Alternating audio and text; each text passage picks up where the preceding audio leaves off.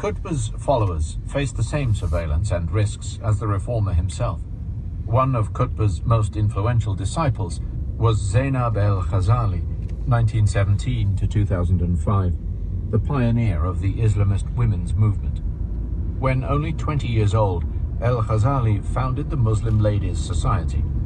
Her activities had brought her to the attention of Hassan el-Banna, the founder of the Muslim Brotherhood, who tried to persuade her to join forces with the Muslim Sisterhood he had just launched. Though the two Islamist women's movements followed their separate courses, el-Ghazali became a loyal follower of Hassan el-Banna. In the 1950s, el-Ghazali met the sisters of the imprisoned Sayyid Qutb, who gave her draft chapters of milestones before the book had been published. Inspired by what she read, el-Ghazali devoted herself to the vanguard role envisaged by Qutb's manifesto, preparing Egyptian society to embrace Islamic law. Just as the Prophet Muhammad spent 13 years in Mecca before migrating to Medina to found the first Islamic community, so the followers of Qutb allowed 13 years to transform Egyptian society as a whole into an ideal Islamic society. It was decided, she wrote, that after 13 years of Islamic training of Dar el-Ulum, upon graduation, he worked for the Ministry of Education as a teacher and an inspector. He was also active in the literary circles of the 1930s and 1940s as both an author and a critic. In 1948, Qutb was sent on a 2-year government scholarship to study in the United States. He took his master's in education from the University of Northern Colorado's Teachers College, with periods of study in both Washington, D.C. and Stanford, California. Though he crossed the United States from east to west, Qutb came away with none of the typical exchange students' affection for the country. In 1951, Qutb published his reflections, "The America I Have Seen," in an Islamist magazine. Condemning the materialism and dearth of spiritual values he encountered in the United States, Qutb was appalled by what he saw as moral laxity and unbridled competitiveness in American society. He was particularly shocked to find these vices in American churches. In most churches, Qutb wrote, there are clubs that join the two sexes, and every minister attempts to attract to his church as many people as possible, especially since there is a tremendous competition between churches of different denominations. Qutb found such behavior, of trying to pack in the crowds, more appropriate for a theater manager than a spiritual leader. In his essay, Qutb told the story of how one night he had attended a church service followed by a dance.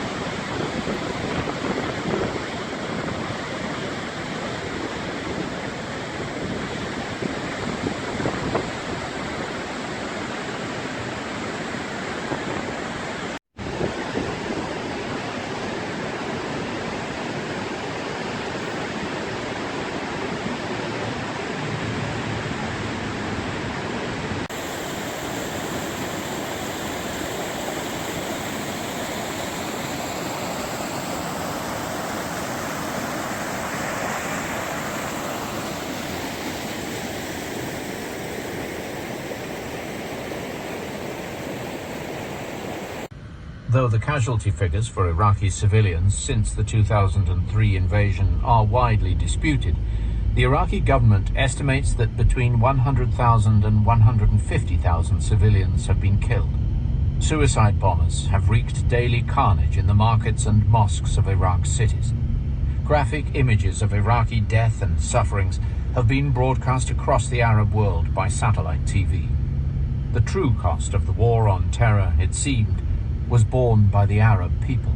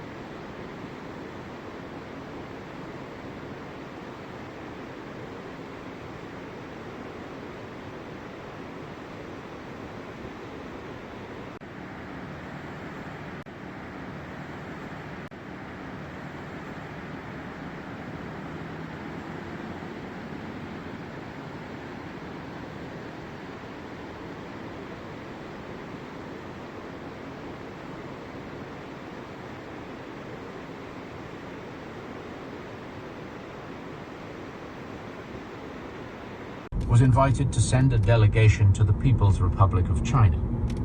Algerian nationalists were gaining international attention and support that served to isolate France politically, even as it seemed to have won the war militarily.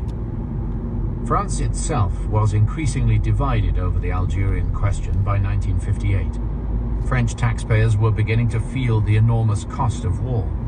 The French force in Algeria, only 60,000 men in 1954, had expanded ninefold to over 500,000 by 1956. This massive occupation force could only be sustained through conscription and extended national service, always unpopular measures. The young conscripts found themselves caught up in a war of unspeakable horror. Many returned home appalled by what they had witnessed and traumatized by what they had done. Violations of human rights, forced resettlement, house demolitions, but, worst of all, the systematic use of torture against men and women. French public opinion was shocked by reports of French soldiers resorting to methods associated with the brutal Nazi repression of the French resistance in the Second World War. Leading French intellectuals like Jean-Paul Sartre grew increasingly outspoken against the war at home, while France suffered isolation in the international arena for the violence.